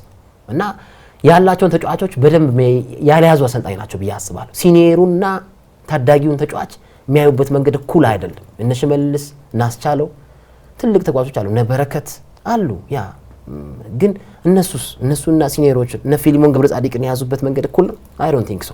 እንዲህ ነው ብዬ ማላወራው መረጃም ስላለኝ ነው። ከመቻል ጋር በተገናኘ ኢንስትራክተር አብርሃም መብራቱ የዚህ ቲም መጋቢ ነው ማለት ሀሳብ አመንጪ ሀሳብ ተናጋሪ ነው። ግን የሱም ድጋፍ ታክሎበት መቻል ቀና ማለት አልቻለም እና በእርግጠኝነት አዲስ አሰልጣኝ ልምድ ያለው አሰልጣኝ በዚህ ቲም መጥቶ መቻል ዋንጫ እንዲያነሳ ይፈልጋል። ቦርድ ሜምበሩን ስትመለከተው በጣም ገንዘብ የሚያወጣ አሁን ይሄ 57 ሚሊዮን እገዳው ከመምጣቱ በፊት ተካፊ ያውቃለሁ የመቻልን አመታዊ ጉባኤ ድጋሜ ከቲሙ ጋር በተገናኘም 80ኛ ክብረ በዓላቸው 80ኛ ክብረ በዓላቸው 80ኛው እሱን ሲያከብሩ ነው ተመልክቻለሁ። እና ቦርድ ሜምበሩን ስትመለከተው በቃ ዋንጫ እንዲያመጣ የሚፈልጉ ባለሀብቶችን ያጣምረው ያላቸው ናቸውና ይሄ ቲም እንግዲህ ዋንጫ የሚገባው ቲም አሁን ባለፈው አመት ከመጨረሻው ሰዓት ድረስ ከኢትዮጵያ ንግድ ባንክ እኩል ነበሩ። ከዛ በኋላ ኔክስት ኢስቲሜሽን ምንድነው? አሁን የአርሰናል ደጋፊዎች እኮ የሚበሳጩት ለምንድነው?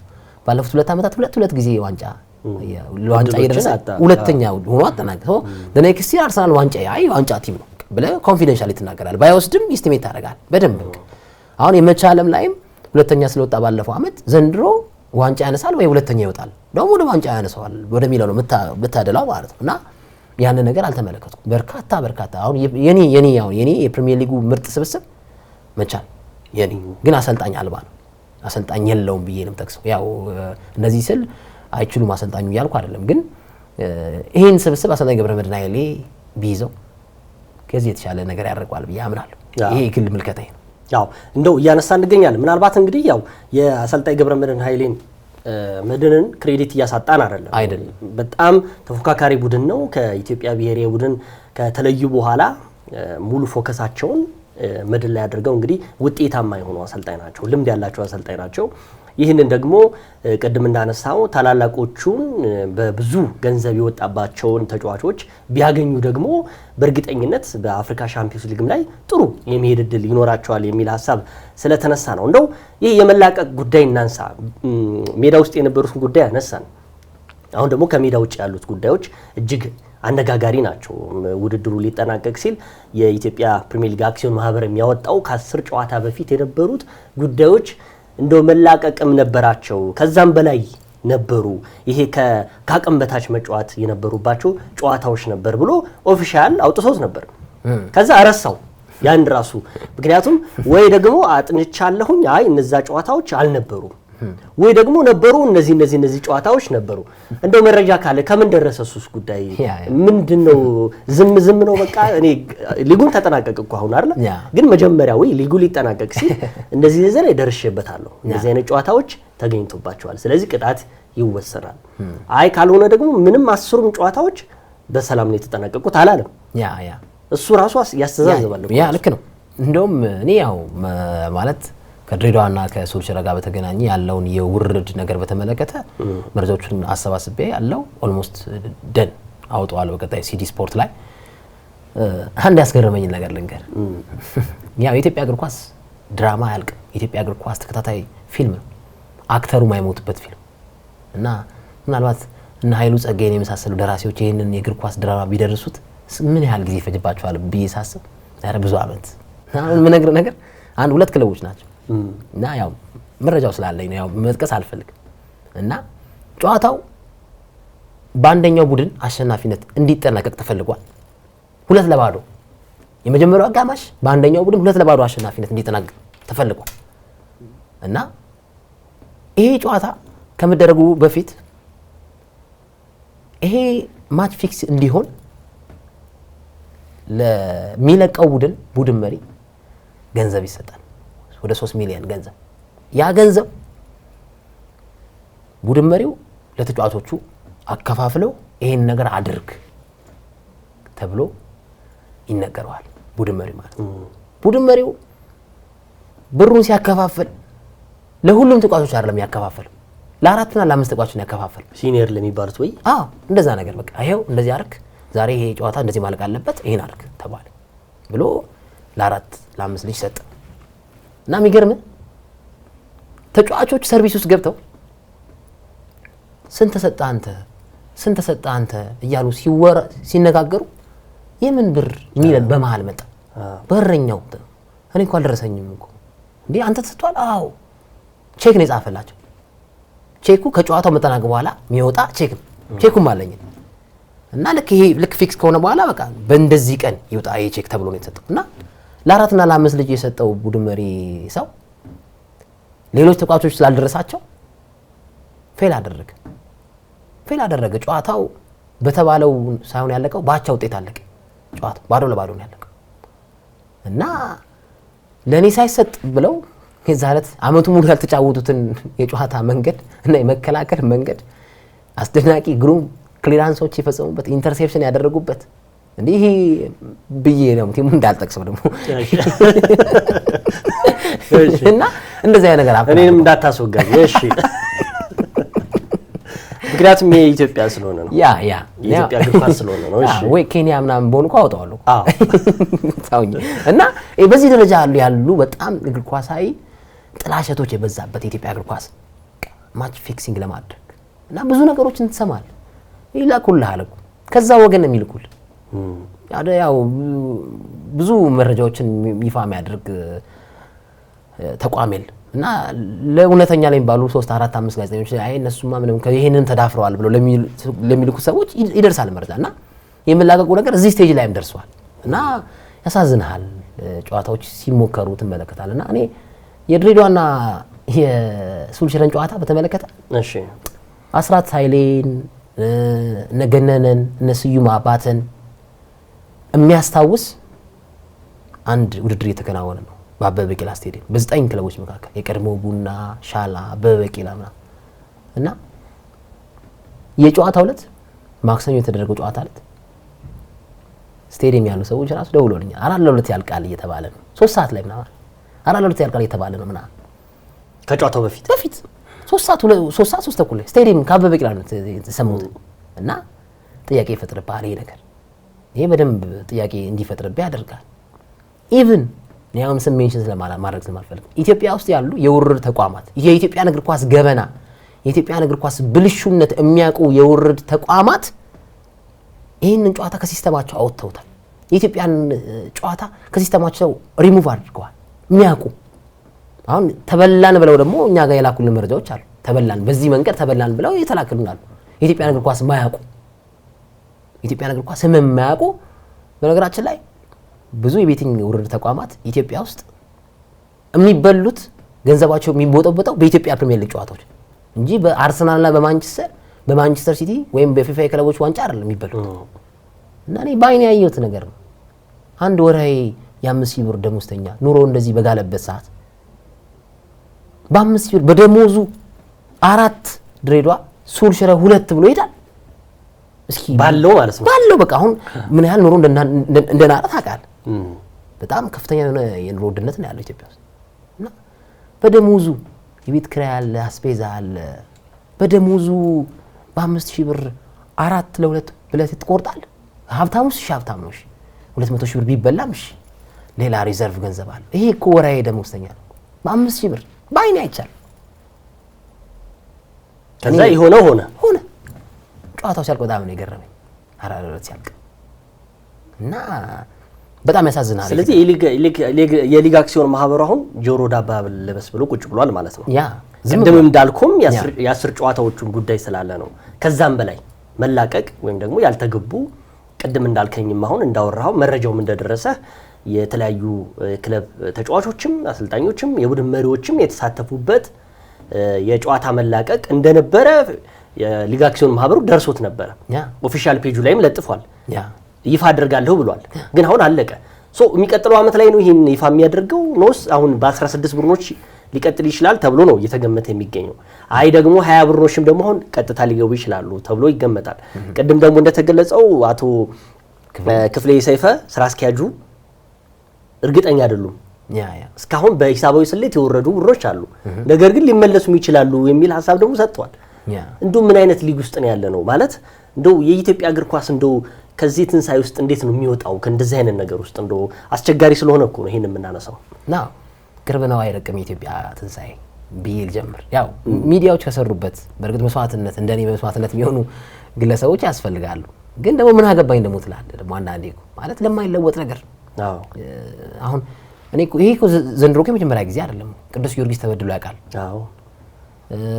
ያኔ አሁን ኢትዮፒካ ሊንክ ላይ እኮ እኛ ልጅ ሆኛ ኢትዮፒካ ሊንክ ውስጥ አዋቂ ላይ እኮ ጌታነህ ከበደ ኮከብ ጎል አግቢ ሆኖ ያጠናቀቀ ወላይታ ዲቻ ደግሞ እንዳይወርድ ተረፈ ተብሎ እኮ ውስጥ አዋቂ ላይ ዜና ተሰርቷል። ያኔ ራሱ ነበር የዛሬ ስንት ዓመት ማለት እና ሲዋረድ እንደ ወራጅ ውሃ የሚመጣ ነገር ነው ብዬ አምናለሁ። እና አሁን አስተማሪ የሆኑ እርምጃዎች ቢወሰዱ፣ ትምህርታዊ የሆኑ እርምጃዎች ቢወሰዱ ይሄ ነገር ይስተካከላል ብዬ አስባለሁ። አሁን መቀጫ ሆነው ተጫዋቾችን አላየንም።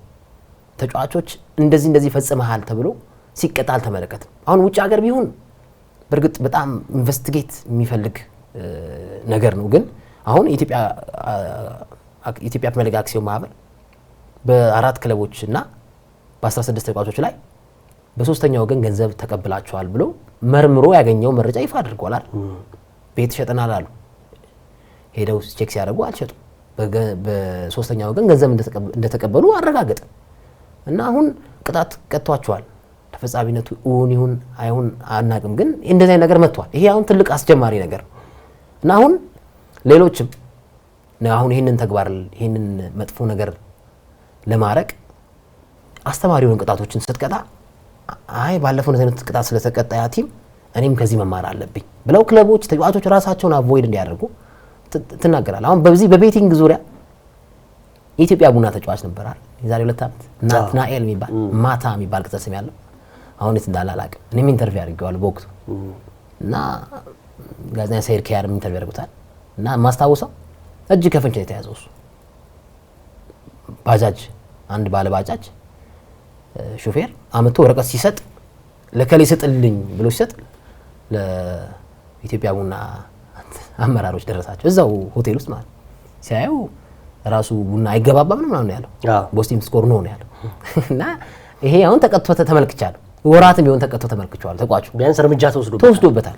እነ ውጭ ሀገር እኮ እነ ኢቫን ቶኒ ሌላ ደግሞ አሁን በቅርቡ የሰማነው ደግሞ ቢጫ ካርድ ትመለከታለህ አልመለከትም በሚል ደግሞ እንዲሁ ተቋጮች አሁን ቋፍ ላይ ያሉ አሉ።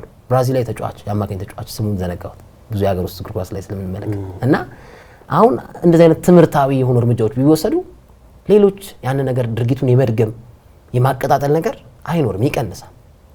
እና ይሄንን ነው መናገር የምወደው። ግን እጠብቃለሁ አሁን በሊግ አክሲዮን ማህበር ጊዜ ያው ትንሽ እንስጣቸውና ልክ ነህ ዘግይቷል። ጨዋታው ፕሪሚየር ሊጉ አለቀ፣ የሚፈይደው ነገር የለም። ግን አትሊስት የገንዘብ ቅጣት በጣም ደግሞ ጥሩ ከሆኑ ደግሞ ያገኙትን ደረጃ እስከ መንጠቅ ድረስ እስከ ማንሸራተት ድረስ ተጫዋቾችን እስከ ማገድ ድረስ ቢደርሱ የጁቬንቱስ እኮ ይታወቃል። የጁቬንቱስ ይታወቃል ድረስ መሄዱ ለተገባ ጥቅም ማሳየቱ ዴፊኒትሊ እንደዚህ አይነት ተግባሮች ቢለመዱ አቅጣጫ የሆኑ ብራንቾች ቢዘረጉ ጥሩ ነገር ነው ብዬ አምናለሁ። መንግስትም ደግሞ ለዚህ ተባባሪ መሆን አለበት ብዬ አስባለሁ። እግር ኳሱ ከመንግስት ውጪ የኢትዮጵያ እግር ኳስ እኮ ፈቅ አይልም፣ አንድ እርምጃ አይራመድም። እኔ የጠቅላይ ሚኒስትር ዶክተር አብይ አህመድን ንግግር አረሰው እኛ እኮ እጃችንን ብንሰበስብ ብለዋል እኮ እጃችንን ብንሰበስብ አንበጠበጥም፣ ረብሻ አይፈጠርም ብለዋል። ከዛ በተጨማሪ ደግሞ ይሄ የእግር ኳሱ ድራማ የእግር ኳሱ ገንዘብ መንግስት ካልበጀተለት የትኛው ስፖንሰርሺፕ ኖሮት የትኛው ሜዳ ኖሮት ነው የሚጫወተው? የትኛው የኢሜጅ ራይት ኖሮ ነው ከአንድ ክለብ ራሱን አጉልብቶ? ኢትዮጵያ ቡናና ቅዱስ ጊዮርጊስ ናቸው ትንሽ ራሳቸውን ለመቻል ሙከራ የሚያደርጉት እንጂ ሌሎቹ ክለቦች እኮ እና ኢትዮጵያ መድንም ኦኬ ሌሎቹ እኮ የመንግስታዊ ናቸው እንዳለ አብዛኛው እጁን መንግስት ቢሰበስብ የለኝም ቢል አርፎ ይቀመጣል። እውነት ነው። እንደው ያነሳናቸው የ2017 የውድድር ዓመት ችግሮቹን ሜዳ ውስጥ ላይ ከሜዳ ውጭ ያሉ ጉዳዮችን ነው። እንደው ችግሮቹ እንዳሉ ሁሉ እንደ ጋዜጠኛ ስናነሳ ደግሞ የመፍትሄ ሀሳቦች ደግሞ ቢሆኑ ብለን ያው እንግዲህ ከሰሙን የሚሰማ ሰው ካለ ከሰሙን ያው በፖዚቲቭ ስታስቡ አንዳንድ ጊዜ ደግሞ መማማር ነው ዋናው ቁም ነገሩ። ለምሳሌ አሁን ችግሮቹ እንደረደር መፍትሄዎች ሀሳቦቹ የኢትዮጵያ እግር ኳስ አሁን ብዙ የተጠላለፈ ነገር ስላለበት ነው።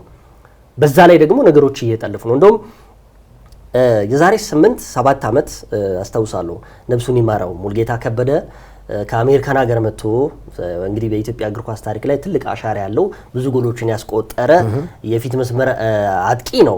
ብዙ ጎሎችን አስቆጥሯል እና ጠየቅኩት እንደው የኢትዮጵያ እንደው እንዳንተ ሻርፕ የሆነ አጥቂ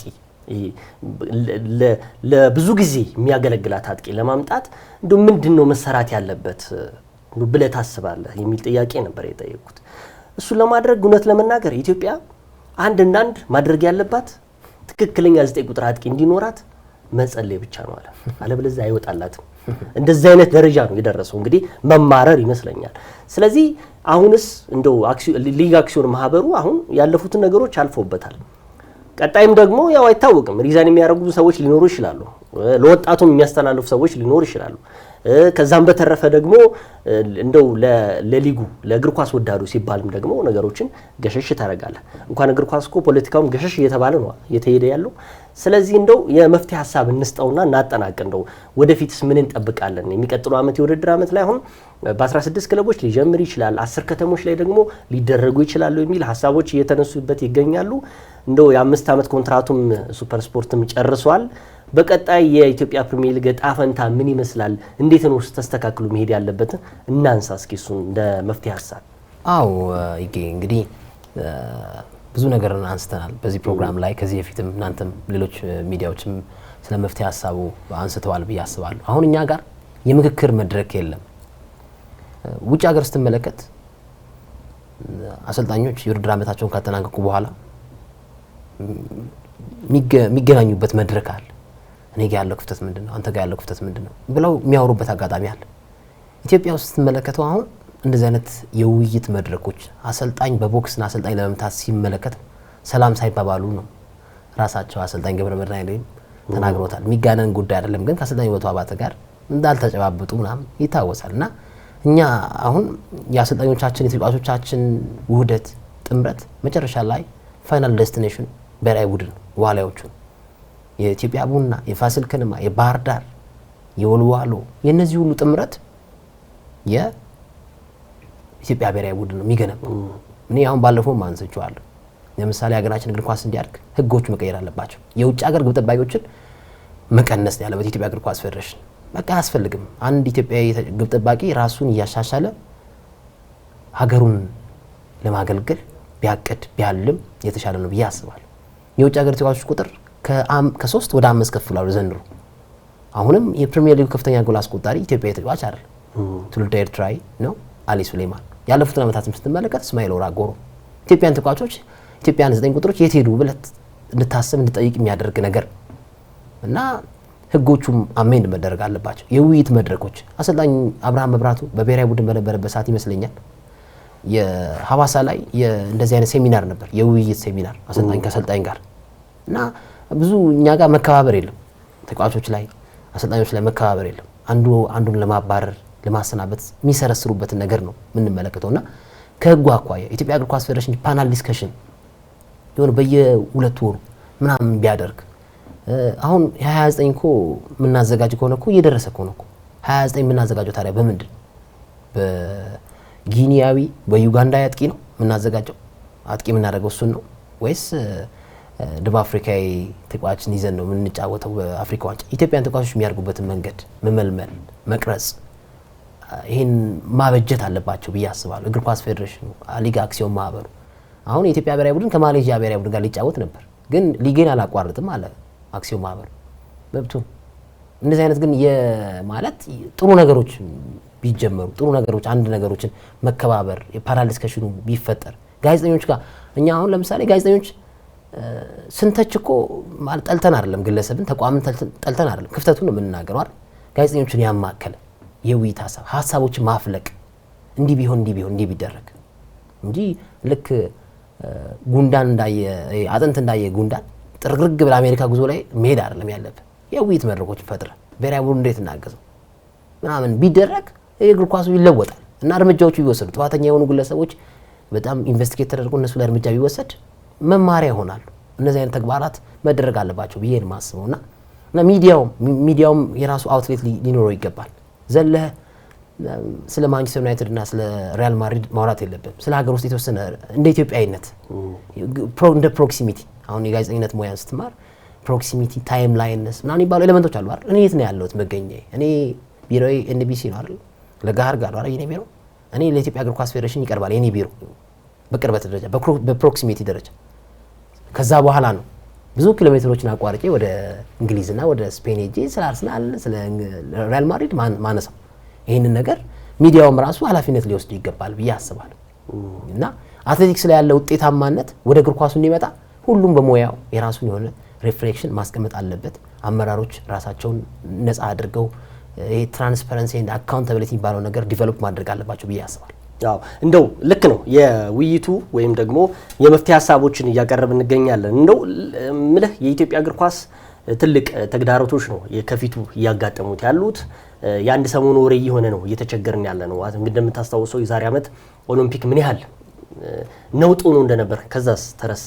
አሁንም የኢትዮጵያ ፕሪሚየር ሊግ እንደዚሁ ተብሎ ይረሳል። ግን ባለድርሻ አካላቶች ለምሳሌ ባለፈው በጣም ጭንቅላት ውስጥ ሲመላለስ የነበረው ከዛም በፊት ጠቅላይ ሚኒስትር አብይ አህመድ ከተለያዩ የባለድርሻ አካላቶች ጋር ሲወያዩ ነበረ። ስፖርቱን ዘንግተውታል። እውነት ለመናገር እንደውም ትልቅ ኢቨንት ከወደፊቱ እየጠበቀን እኮ ነው አይደል? 2029 ላይ የአፍሪካ ዋንጫን ለማዘጋጀት ጥያቄ እያቀረበ ነው እየተባለ ነው። የሚዲያ ባለሙያዎችን፣ የኪነ ጥበብ ባለሙያዎችን፣ የፖለቲካ ባለሙያዎችን አናግረዋል። ስፖርቱን ለምን ዘነጉት? እንደውም እኮ በጣም ሴንሲቲቭ አሁን ብዙ ብሮች ያላግባብ እየተንሸራሸረ ያለበት ትልቁ የተደበቀው ምንድነው የሚባለው? ይሄ ማዕድን ነው የሚባለው። ስፖርቱ እግር ኳስ ሆኗል እኮ እኛ ጋር። ስለዚህ እኮ ይሄ ራሱ የመድረክ ውይይት ያስፈልገዋል። ይሄ ራሱ ከሁሉም የባለድርሻ አካላቶች ጋር ጠቅላይ ሚኒስትሩ ቢያወያዩስ ይሄን ራሱ ሁሉንም አወያይታሉ አይደል? ልክ ነው። ይሄን ይፈልጉታል ወይ ነው ይሄ ራሱ ጥያቄ እኮ። አንዳንድ ጊዜ ምንድነው መሰለ ራሱ አንዳንድ ሚዲያዎች ያወያያሉ። አሁን ለምሳሌ ከባለድርሻ አካላቱ በእግር ኳሳችን ምን ይመስላል፣ ግን የሚመረጡት እነማን ናቸው? የሚመረጡት ጋዜጠኞች እነማን ናቸው? የሚመረጡትስ የእግር ኳስ ባለሙያዎች እነማን ናቸው? ይመለከተኛል የምትለው ነው። አንዳንዶቹ አሁን ባለፈው የሰማሁት አለ የኢትዮጵያ እግር ኳስ የኢትዮጵያን ብሔራዊ ቡድን ያን ውጤት ካስመዘገበ በኋላ ውይይት ተደርጎ ነበረ። የተከፉ ሰዎች አሉ። እኔም እኮ ይመለከተኛል ለምንድን ነው እዛ መድረክ ላይ ያልተጋበዝኩት? በአጠቃላይ እኔም እንደ ጋዜጠኝነት የተከፋውበት አንዱ ጉዳይ በጠቅላይ ሚኒስትሩ ስፖርት የሚመለከታቸው ሰዎችን ጋብዞ ምንድነው የኢትዮጵያ እግር ኳስ ችግሩ? አሁን እንደዛ አይነት ነገር አለመኖሩ ራሱ ትልቅ ችግር ያለ ይመስለኛል። ከቀናቶች በፊት ከትላንት በስቲያ ከሚዲያ ተቋማት ጋር ካሉ ትልልቅ ኃላፊዎች ጋር ጠቅላይ ሚኒስትሩ የውይይት መድረክ አድርገዋል። አይቻለሁ። ጥሩ ምላሾችን የመለሱበትን ቅጽበት ተመልክቻለሁና እንደውም እኮ ጠቅላይ ሚኒስትር ዶክተር አብይ አህመድ እንደውም ከዚህ ቀደም ከነበሩት መሪዎች ማለት አርቲፊሻል ተርፍ እንዲሰራ በየክፍለ ከተማዎቹ እንዲሰራ አስጀማሪ ሰው እሳቸው ናቸው። ሜዳዎች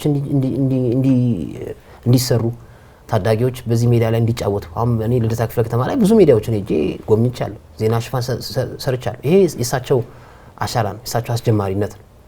ከካፍ ባለስልጣናት ጋር ሲጫወቱ ተመልክተናቸዋል። ከቀድሞ ተጫዋቾች ጋር መተው ኳስ ሲጫወቱ ተመልክተናል ጠቅላይ ሚኒስትር ዶክተር አብይ አህመድ እና እጠብቃለሁ አሁን ከፌዴሬሽን አመራር ከስፖርት ጋዜጠኞች ጋር ውይይት ቢያደርጉና በምን መልኩ አሁን ሮድ ቱ 2029 ሚል እንትን አይቻለሁ ፌዴሬሽኑ ላይ አለ አንድ ይሄ መሪ ቃል ግንባታ አይቻለሁ። ይሄ ጥሩ ነገር ነው፣ በፌዴሬሽኑ የሚደገፍ ሀሳብ ነው እና አሁን ደግሞ ትልቅ የመንግስት ኃላፊዎች በተገኙበት ደጋፊዎችን አሁን የአዲስ አበባን ደጋፊዎች ምናምን በተመለከተ በቅዱስ ጊዮርጊስም በኢትዮጵያ ቡናም ያሉ ደጋፊዎችን ሲወያዩ ተመልክቻለሁ። ከትልልቅ የመንግስት አካላት ጋር ከነ በላይ ደጀን ጋር ከነ አዳነች አቤቤ ጋር ሲወያዩ ተመልክቻለሁ። አሁን ዶክተር አብይ አህመድም ይሄን ያደርጋሉ ብዬ አምናለሁ። ምክንያቱም አሁን 26 ላይ ደርሰናል፣ ኦልሞስት እየደረስን ነው። 3 ዓመት ነው የቀረን። በምን አይነት መልኩ እንቅረጽ? ስፖርት ጋዜጠኛ ጋር ያለው ጥሩ ፖዚቲቭ የሆነ ነገር አለ። አሁን አሰልጣኞች ያላዩትን ነገር እኔ ላሳየው እችላለሁ። እኔ አሁን አንድ ግብ ጠባቂ ኤው ብለው ይሄ ድለናነት አይደለም። አሁን ብሩክ ዘላለም የሚባል ግብ ጠባቂ አለ፣ ኢትዮ ኤሌክትሪክ በረኛ ሆኖ ኮከብ ጎል አግቢ የሚመራበት ቅጽበት አለ። ቅጣት ምት ያገባል፣ ስዊፐር ኪፐር። ይሄንን አንድ ክለብ ኤው እስኪ ብዬ ሪኮመንድ ማድረገው ይሄ ድለናነት አይደለም። ይሄ እኔ ጋር ያለ እይታ። አንድ አሰልጣኝ አሉላ ይሄን ዜና ስትሰሪ እኮ ከዚህ አንግል አላየሽም ቢለኝ አክሴፕት ኢት። እንደዚህ መሆን አለበት እና እንዳልከው እንደዚህ አይነት ሴሚናሮችን ጠብቃለሁ ብዬ አስባለሁ።